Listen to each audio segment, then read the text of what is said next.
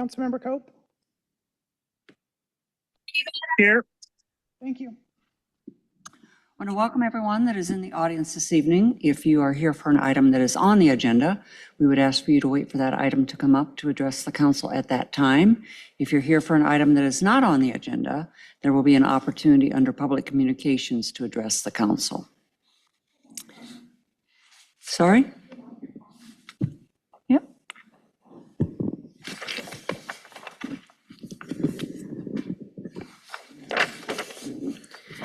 The next item on the agenda is the Pledge of Allegiance. And what we'd like to do is invite young people who are in the audience forward to lead us in the Pledge of Allegiance. And I see some young people in the audience this evening.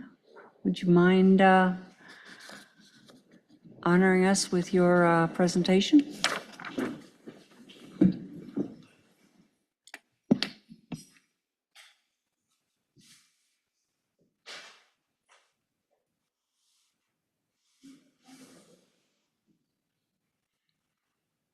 Have even more than I thought.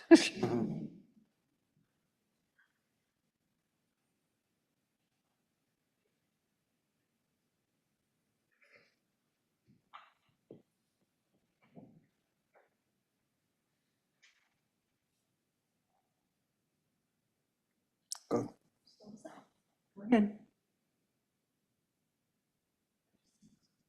I pledge allegiance to the flag of the United States of America and to the republic for which it stands, one nation, under God, indivisible, with liberty and justice for all. Before you take your seats, let me come down there.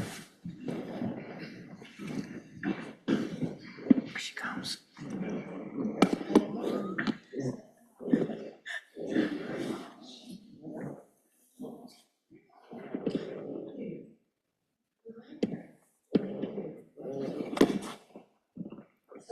So tell me what you're doing here tonight. You don't know what you're doing? Do your scout leaders know what you're doing here tonight? Why don't you turn around and face the audience here? I'm the scoutmaster. Okay. Okay. Quite a few younger scouts here, so they probably don't know what they're doing. Oh, we're really glad they're here. Yes, but yep, that's what they're working on. They have to visit council meeting or city council meeting, see what's going on, and write a little report on it. And if they want to, they could ask questions or maybe bring something up. But I doubt that they will. How about if we just ask them to share their name and where they go to school? My name is Ian, and Yep. my name is Ian, and I go to Timber Ridge Elementary. My name is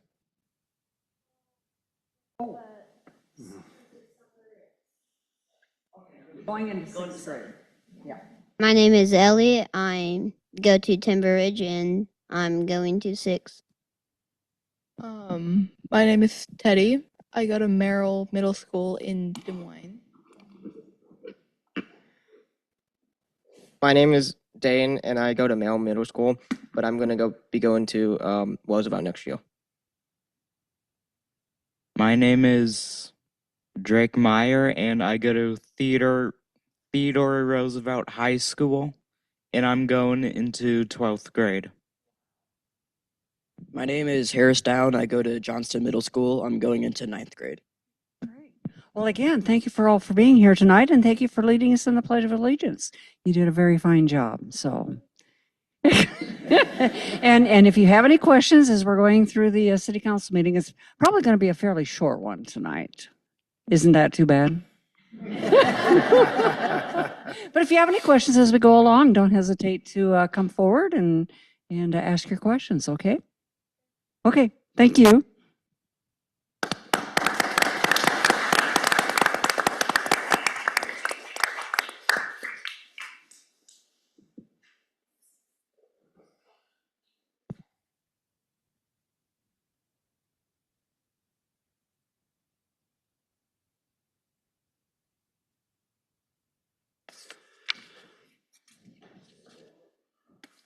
Okay, the next item on the agenda is the agenda approval. Mike, do we have any changes to the agenda? No, we do not, Mayor.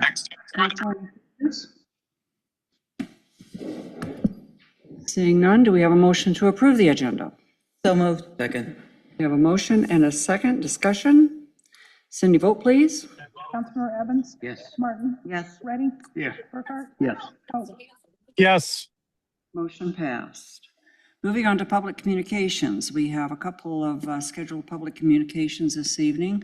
The first on the agenda is a presentation on the 2026 Community Survey Findings Report. Jason Morato, ETC Institute. And there he is on the screen. Hi, Jason. Hello, good evening. Let me share my screen here. Okay, hopefully everyone can everyone see the screen? Yes. Okay, great. Well, good evening. My name is Jason Morato. I'm the Vice President and Director of Community Research at ETC Institute. Our firm specializes in conducting community surveys for local governments. And this past spring, for the 7th time, we conducted a community survey for the city of Johnston. So tonight I'm going to walk through the key findings from the survey. I have just a little background about ETC Institute. We're a national leader in providing market research for local governments. We've been doing this type of work for over 40 years. And in the last 10 years alone, we've conducted surveys in more than 1,000 communities across the country. So this is really the type of work that we specialize in. This is just an overview of what I'll go through tonight. I'll go over the purpose and methodology of the survey. I'll walk through the key findings. I'll summarize our main conclusions from the survey. And if there are any questions, I'll be happy to answer those. So there are several reasons to conduct a survey like this. One is to get an objective assessment of how satisfied residents are with major city services and to determine what residents feel are the top priorities for the community. We're also able to measure trends from your previous surveys. Most of these questions are the same ones we've asked in previous years so that we can measure trends over time. And we're also able to compare your results with other communities across the country. I mentioned this was the 7th community survey we've conducted for the city of Johnston. The most recent one was 2 years ago in 2024. The first one was way back in 2013. So we've conducted the survey about every 2 years since the first survey. The survey was administered by a combination of mail and online to randomly selected residents throughout the city. Our goal was to receive 400 completed surveys. We had a very good response. We ended up with 509 completed surveys. And the survey results at the 95% level of confidence has a margin of error of plus or minus 4.3%. So essentially this means that if we conducted the survey the same way 100 times, 95 times the results would be plus or minus 4.3% from what we're reporting. So the results are not perfect even for a statistically valid survey, but the margin of error is very small. And as we were administering the survey, we made sure that the demographics of survey respondents reflects the actual population of the city. So here's what we learned from the survey. We found that residents have a very positive perception of the city of Johnston. 92% of survey respondents are either very satisfied or satisfied with the overall quality of city services. And 90% are either very satisfied or satisfied with the overall quality of life in the city. We also found that Johnston is moving in the right direction. Since your last survey in 2024, satisfaction ratings have increased in 65 out of 71 areas. And what's especially amazing about this is that your satisfaction ratings in 2024 were incredibly high. In fact, they were some of the highest in the nation. And yet the ratings have actually increased in 65 out of the 71 areas since that time. And this includes 35 areas that have had a significant increase in satisfaction since 2024. So in other words, an increase of 5 percentage points or more higher now than a couple of years ago. We'll look at some of those in more detail in a little bit. We also found that satisfaction with city services is much higher in Johnston and other communities. Johnston rates significantly higher than the U.S. average in all 33 areas that we compared. We'll look at some of these in more detail in a little bit, but there are a couple of areas I wanted to especially point out. One is that satisfaction with the overall quality of city services rates 49 percentage points above the U.S. average. That's one of the most important questions on the survey because here we're asking residents to take into account all the services you're providing and really give an overall satisfaction rating for how well you're doing delivering services. And then another one of the area where you rate among the farthest above the U.S. average is customer service provided by city employees, where Johnston rates 45 percentage points above the U.S. average. And the top overall priorities for city services are city street system, enforcing property code violations, recreation programs and facilities, and traffic flow. So I mentioned that residents have a very positive perception of the city.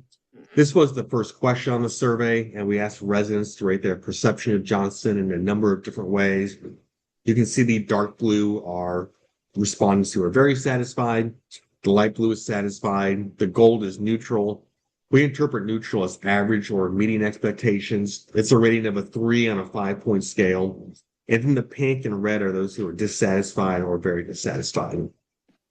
So you can see the positive ratings far outweigh the negative. If you look at the top of this chart, over 95% of respondents overall feel safe in the city. 92% are either very satisfied or satisfied with the overall quality of city services. That's compared to only 1% who are dissatisfied, and 90% are satisfied with the overall quality of life in the city. And you can see less than 1% are dissatisfied.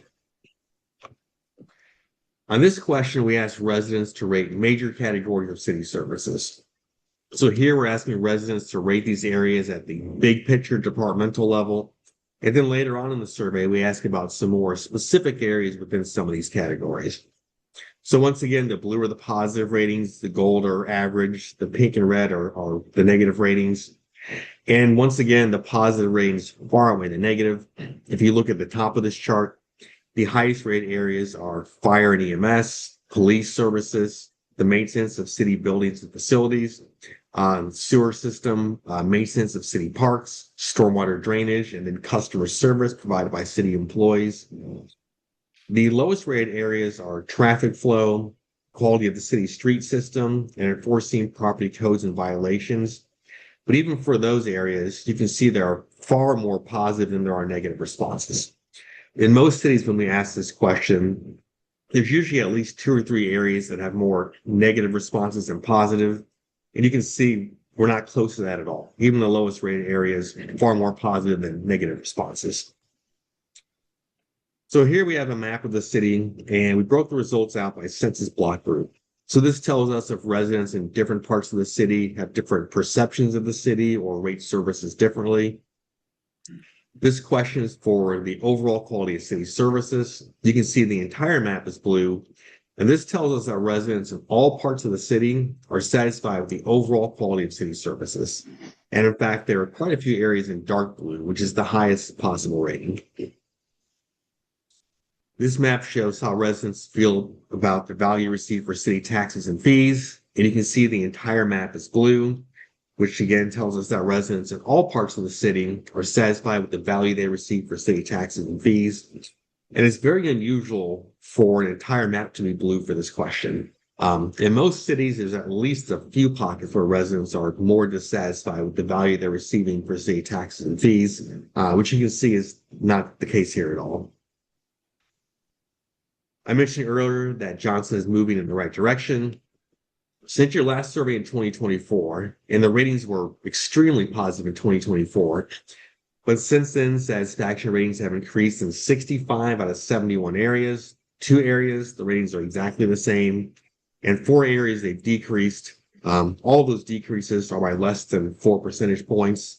And there were 35 areas that have had significant increase in satisfaction since 2024. So in other words, 5 percentage points or more higher this year than a couple of years ago.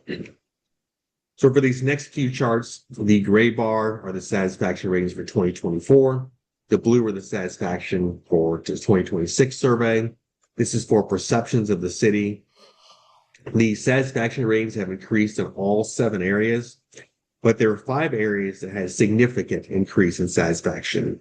That includes the overall quality of city services, the overall quality of life, the overall image of the city, Johnston as a welcoming community for people of diverse backgrounds, and the overall value that residents receive for city tax dollars and fees. This question is for major categories of city services. In all of these areas, the ratings have either stayed the same or increased a little bit since your last survey. The one area that's had a significant increase in satisfaction is customer service provided by city employees. 75% of residents were satisfied in 2024. This past year, it's 83% were satisfied. And the ratings remain incredibly high for all the other areas. Here are more comparisons for major categories of city services. You can see there are 6 areas that have had a significant increase in satisfaction.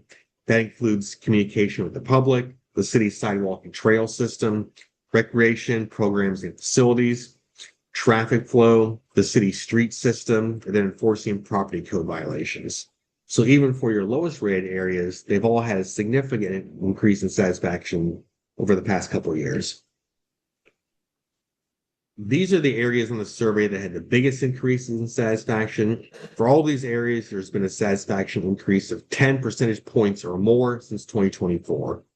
So that includes the Crown Point Community Center, senior citizen recreation programs, adult recreation and education programs, affordable housing for sale, recreation programs and facilities, accessibility to destinations by bike or trail system, the availability of affordable housing for rent, Johnston as a welcoming community for people of diverse backgrounds, and traffic flow. I mentioned earlier that satisfaction with city services is much higher in Johnston than other communities. Johnston rated significantly higher than the U.S. average in all 33 areas that we compared. For these next few charts, the dark blue line are Johnston residents who are either very satisfied or satisfied. The light blue are the satisfaction ratings for small communities that ETC Institute has surveyed over the past couple of years. So this includes some of our highest performing clients. A lot of our higher performing clients are smaller cities. So that's really the blue bar is much higher, as you can see, than the regional and national average. The gray bar is the regional average. The orange bar is the U.S. average. And that's based on a national survey that ETC Institute conducts with randomly selected residents all across the country. So this chart is for perceptions of the city. You can see Johnston rates significantly higher than the U.S. average, the regional average, and also much higher than the average for small, very high-performing communities. These are comparisons for major categories of city services. And you see Johnston rates significantly higher than other communities in all these areas, including local fire protection, local police protection, city buildings and facilities, the sewer system, stormwater drainage, and customer service provided by city employees. And then here are more comparisons for major categories of city services. And once again, you can see Johnston rates significantly higher than smaller communities, the regional average, and the U.S. average. And this includes comparisons for city water services, communication with the public, traffic flow, the city street system, and then enforcing property code violations. I mentioned earlier that traffic flow, the street system, and enforcing code violations were your lowest rated areas. But you can see even for those, Johnston still rates significantly higher than other communities. And then now we'll look at top priorities. We saw earlier how satisfied residents are with major categories of city services. As a follow-up question, we asked which of these services should receive the most emphasis from city leaders over the next 2 years. So you can see that the top priorities are city street system, recreation programs and facilities, sidewalk and trail system, traffic flow, and then enforcing property code violations. This chart is something that we call the important satisfaction rating. And this analysis is based on 2 different types of data. First, we ask residents how satisfied they are with services. Then we ask which services are the most important for the city to emphasize over the next couple of years. So the idea behind this is those areas that have a combination of low satisfaction ratings but at the same time are rated as the most important are the ones we identify as the top priorities. So this table is for major categories of city services. You can see the top priorities are the city street system, enforcing property code violations, recreation programs and facilities, and traffic flow. This important satisfaction rating focuses specifically on maintenance services. You can see the top priority is the maintenance of city streets. The next highest priorities are the overall condition of city streets and the maintenance of sidewalks and trails.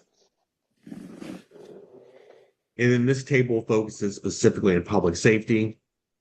The top priorities are police department's ongoing efforts to build trust in the community, and then officers' attitudes and professionalism towards citizens, and then just the overall quality of police protection.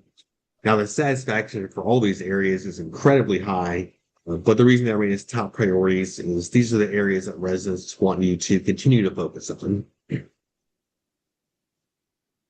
So that is everything that I had. Just a quick recap. We saw that residents have a very positive perception of the city of Johnston. There's a lot of examples of that throughout the report, but a couple of the areas that really stood out were the high satisfaction ratings with the overall quality of city services and the overall quality of life.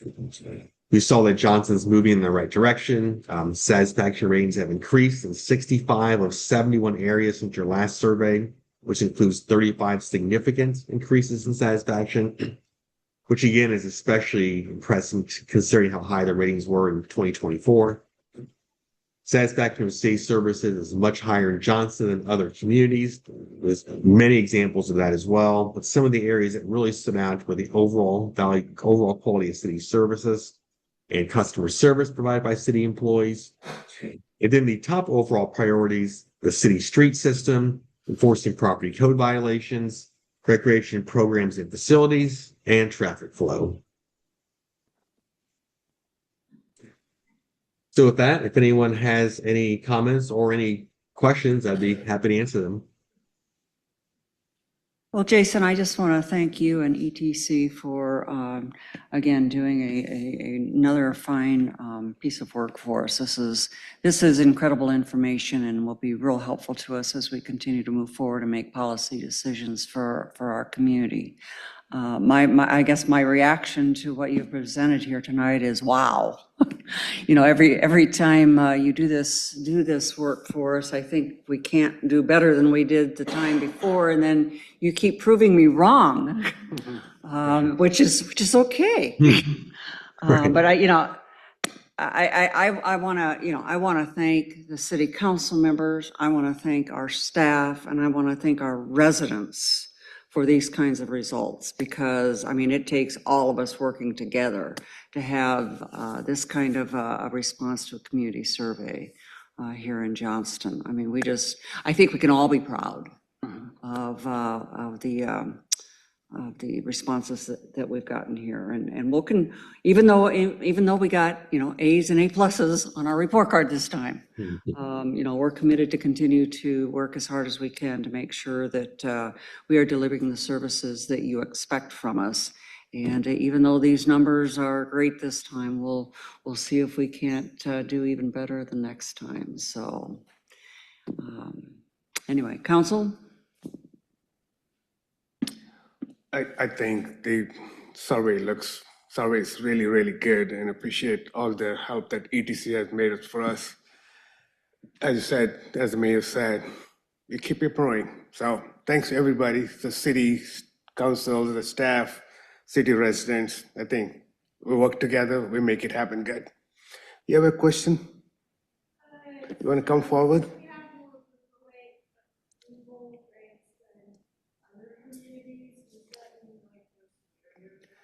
You want to give me a mic? I couldn't hear the question. The comment was, because we have higher rates than other communities, does that mean we're superior to other communities? So Jason, that came from one of our scouts that is visiting with us this evening. And the question, well, repeat it again, Brian. Bluntly, are we superior to other communities? Jason, I know you pull a lot of communities. Do tell, and in fact, full glaze, as the kids might say. Sure. Sorry, what was the question again compared to other communities? And sorry. Are we superior to other communities about which you poll? Absolutely one of the highest in the country. You might even remember that in 2024 you won the Leading the Way Award, which is an award that ETC gives to our highest performing communities. We're early in the year, so we haven't selected the winners yet for 2026, but considering that these results are this much higher than they were in 2024, I think you'll very, very likely win the award again. So yes, that definitely means you rate much higher than other communities. And maybe even superior, right? And we'll use the word superior. Yeah, absolutely superior. Great question. Mayor, can I make a comment? Yes. I don't know how many people in the audience know this, but if you were to go on to board docs, you will see this presentation on there. And there's also a place where there was an opportunity in the survey that people could write in comments. And I always feel that the written comments where someone takes the time to write about something, and some of them are great comments. Well, all of them are informative. So if you didn't get a survey and you have some comments, just put it in an email and send it to Mike as the city administrator, and he can distribute to the council, always. Council, other comments or questions? Okay. Well, Jason, we want to thank you again. We look forward to receiving that award later this year. Yeah, I think you're almost for sure going to win it. So yeah. Well, thanks everyone. Job well done. Great. Thank you. Thank you.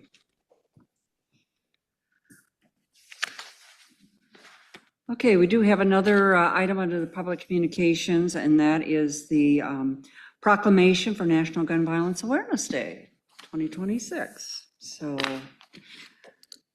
I'll see if I can read it. The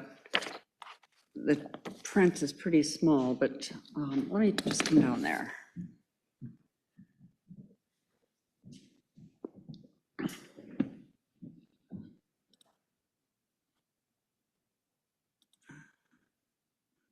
I know we have a number of guests in the audience this evening that are here for this proclamation. So, again, it's the National Gun Violence Awareness Day proclamation.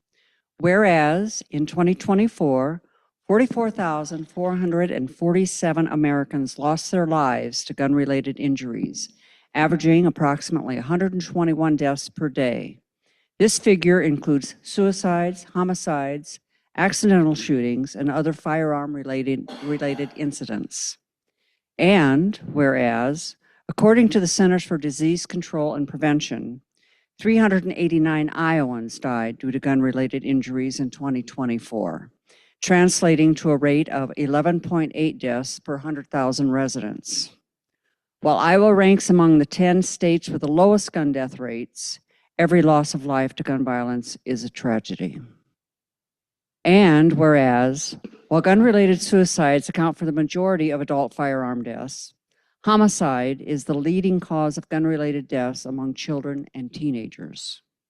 In 2024, an estimated 2,227 children and teens under the age of 18 died from gun violence in the United States, with the vast majority being victims of homicide.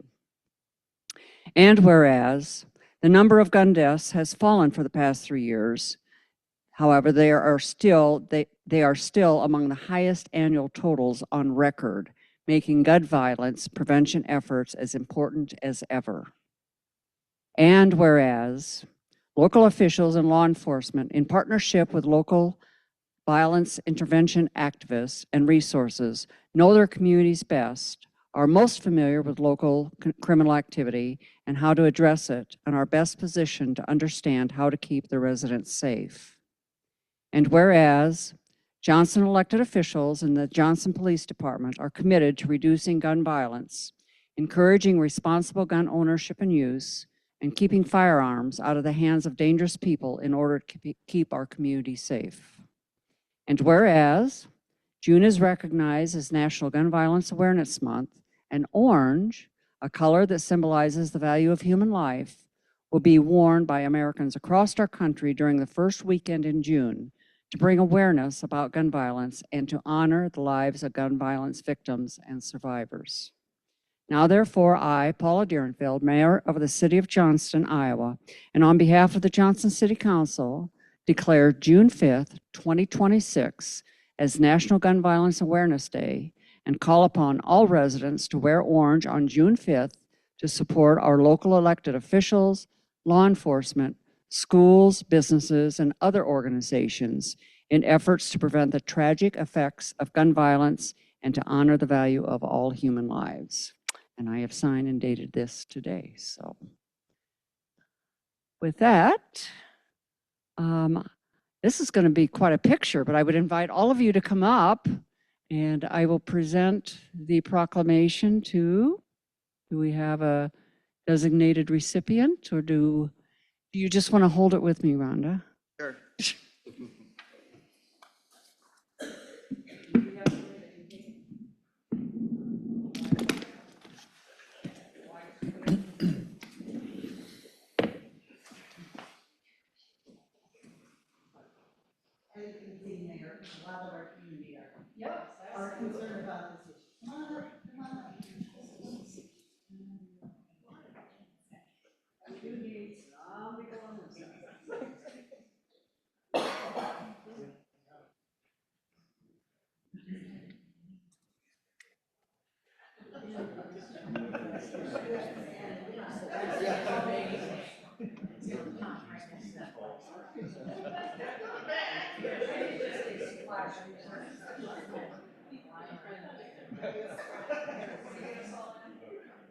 So if I can't see your face, I won't get you.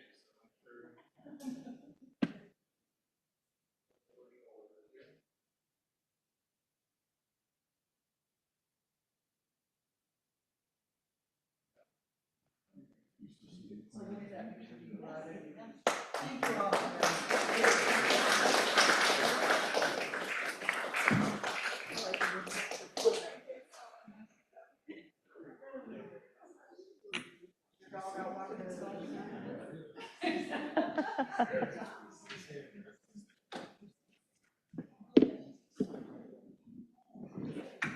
I kind of picked a good night, right? You all got to see the satisfaction survey.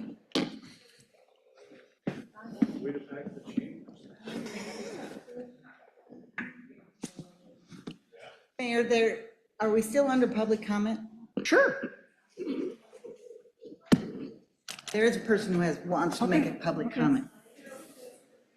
Is it time limited or? No, but we would ask you to keep your comments. So we are still under public communications. So is there anyone in the audience who would like to address the council on an item that is not on the agenda? You need to come to the podium, give us your name and your address. I'm Linda Kramer, and I live at 6202 Waterford Court here in Johnston. And I've been a very pleased resident of this city since 1992. As I listened to the results and, about our survey, and like I say, I'm a very happy person and, very satisfied in raising our daughters here. But I did think about the fact, and I think at one time I had understood that we were going to have a survey on homeless. And as a social worker, as working in the homeless or at the VA, that I have a concern, especially for homeless. And I wondered kind of where we are in our thoughts about having a survey on the homeless in our community. And I guess you had mentioned that, I guess at a time that you were in a group, I was in a group that you mentioned that. So I would like consideration of possibly doing that in the near future. So that's my comment. Okay, thank you, appreciate that. We obviously are aware that we do have that issue in our community, so I'm not sure how we would, I think at one time, working with the police department and maybe with the local I mean, I know churches? Polk County does some different services on doing a census on homelessness. We certainly can reach out to some of those partners and see how Get we some could information, yeah. do that. Is there anyone else in the audience who would like to address the council on an item that is not on the agenda? And if you could give us your name and address? I'm Peggy Tainer. I live at 5748 Wentworth Drive in Johnston, and I appreciate the mayor and the council addressing the proclamations and honoring the day, June 5th, to remember all the people that died by gun violence. And I think that's very important.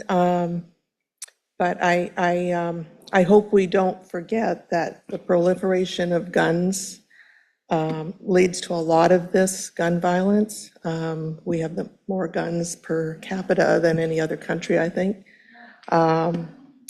Way more guns than residents in the US. And the other thing is our gun laws, or lack thereof. I looked up Iowa gun laws, and you don't need a permit to get a gun, or maybe more guns, and more than one gun, and open carry is okay, concealed carry is okay, and I just think gun laws, common sense gun laws, like on the back of my shirt, really make sense. And I think we have to move toward that too, to make a difference. So I just wanted to speak up on that. So, Well, thank you for sharing those thoughts with us. The state legislature, of course, that falls within their area of responsibility, but certainly we, A slow appreciate you. move there, but always keep that in mind. Yep. I feel. Thank you. Thank you. Is there anyone else in the audience that would like to address the council on an item that is not on the agenda? Seeing none, we will move on. We do have one public hearing this evening. And that public hearing is to conduct a public hearing on proposed acquisition of property by eminent domain, Pitch Parkway, and consider resolution number 26-90, authorizing acquisition of property by eminent domain. And we'll open this public hearing at 7:38.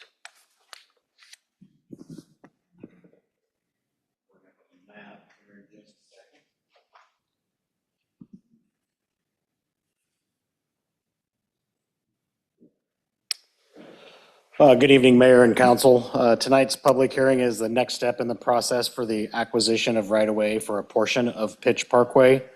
As shown here on the screen, it would be the northern portion of Pitch Parkway, and a property located at 5349 Merle Hay Road, which is this small remnant left by the road construction.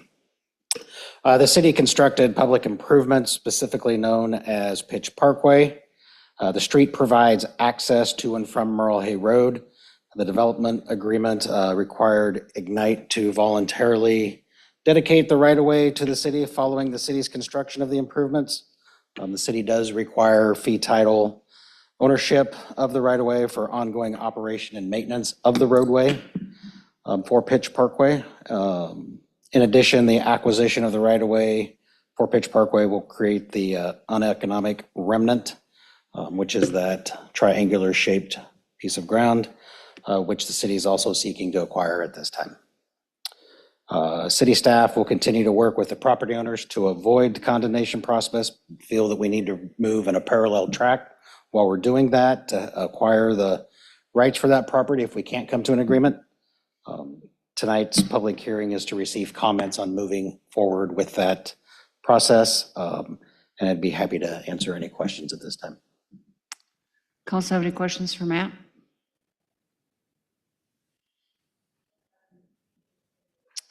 This is a public hearing on this matter. Is there anyone in the audience who would like to address the council?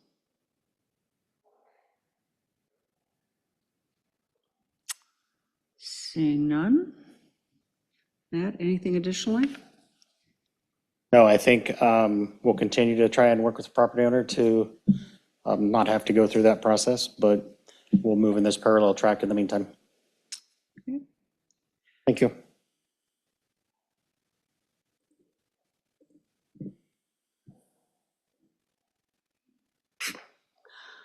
We will close the public hearing at 7:42.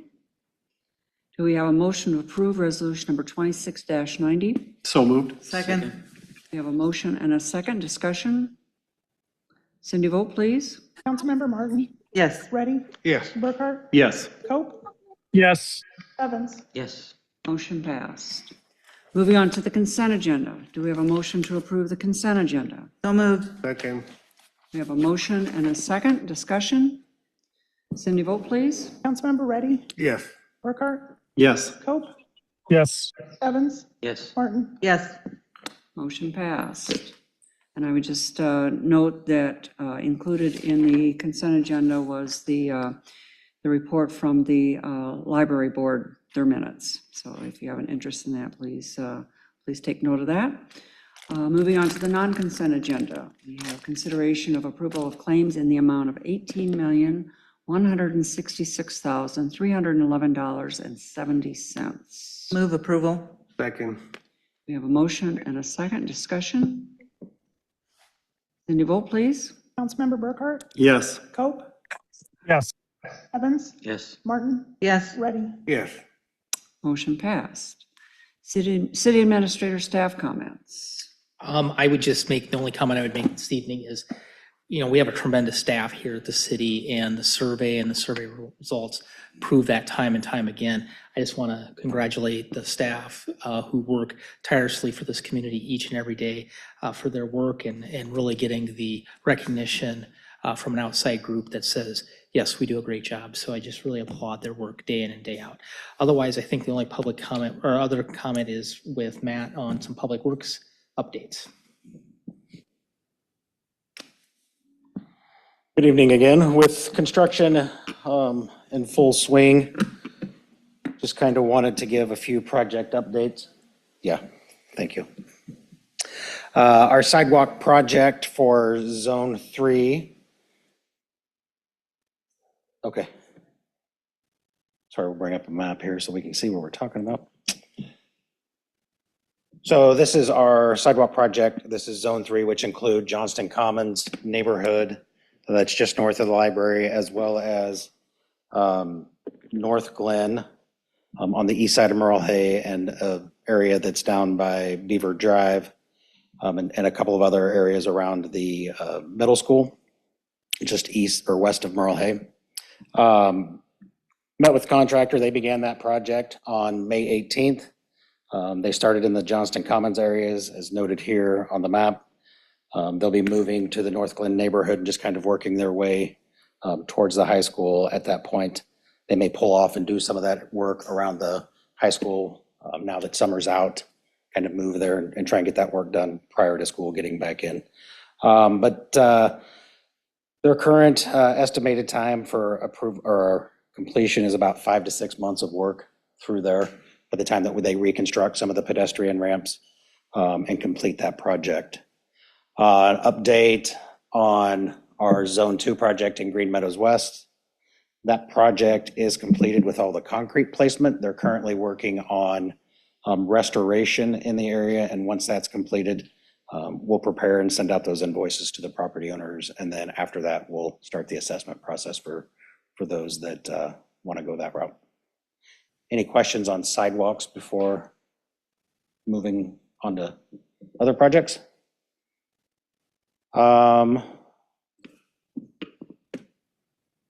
Next project update is sanitary sewer segment B, which is denoted here on the map in the dashed black, which is our force main.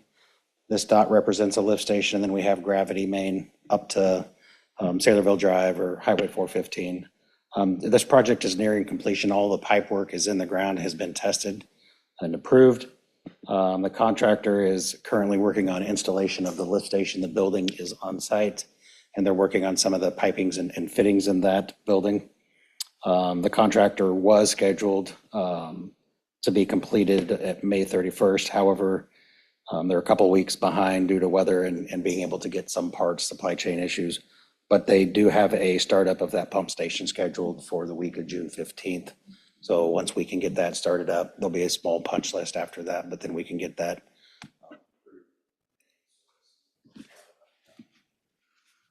And then our last project update is Northwest 62nd. We did hold a pre-construction meeting with the contractor on May 22nd. Not to our liking, the contractor is not going to be starting that project until late in June. So around June 29th is when they want to start that project. They've got some holdover projects they're finishing up from other projects they had last year. Currently, we're anticipating them to complete stage 1A, which is water main through the entire project from where we left off with our intersection project at 62nd and Merle Hay. So probably it's just east of 54th all the way to Beaver Drive. They'll complete that in July and August. And then stage 1, which is shown here on the map, kind of bounce back and forth here a little bit. 1B is the sanitary storm and paving from Northwest 54th Court just to Northwest 51st, or just short of Northwest 51st. They'll complete that August and September timeframe, or work on that from August to October. And then really they'll move into stage 2, which is closing of our Beaver Drive intersection at 62nd. So there'll be a short 3-week closure at that intersection while they get a storm sewer across there. We've got a very large storm sewer that crosses that intersection. And we've got some casing pipe underneath the Des Moines Water Works pipe that's through there. So we'll have a short closure there. They'll get that work completed here at the end of the year. That's what we anticipate they'll get done this year. And then next year, they'll have to complete stages 3A and 3B, which go from Beaver Drive back to 51st, which is a lot of work in a short time because their contract period is up May 31st, so of 2027. With that, we're going to have to kind of look and see what that effect or how that kind of plays on our East of Merle Hay project, Northwest 63rd construction next year. Generally, we start with that water main first throughout the project, so we wouldn't typically close the road. That can generally be done off of the roadway. So we'll keep you updated. Hopefully we've got a decent winter and they can continue some work, and we'll get through stage 3A and they'll just have one segment left after that, but I'll give you updates along the way. Any questions? Project updates. Matt, have you already engaged the school district, or at least busing and things like that, so that they can begin to plan accordingly for those We are closures? currently engaged. Okay. Yes. Thank you. We had a meeting with Dr. Rorta and STA last week, the engineer, and I did, and we'll be sending them over some plans for them to review. Really, their concern comes in stage 3A and 3B with bus and the pickup. So we're working on some alternative scenarios. And 3A, so 3B on this map would be open the entire time they're working on 3A. So there will be some options that they can still get through and pick up kids. It'll be 3B will be the challenge. Okay. Yes, we are engaged with the school district. Thank you. Any other questions for Matt? Thank you. Thank you, Matt. I guess quick question. There was discussion about ad hoc meetings starting up. Are we going to have an ad hoc public works meeting in the month of June? Yes. Okay. And you'll just send out meeting invites on that? Okay. They'll Thank go you. out shortly. June 19th. June 19th. All right. Send an invite out next day or two. Thank you.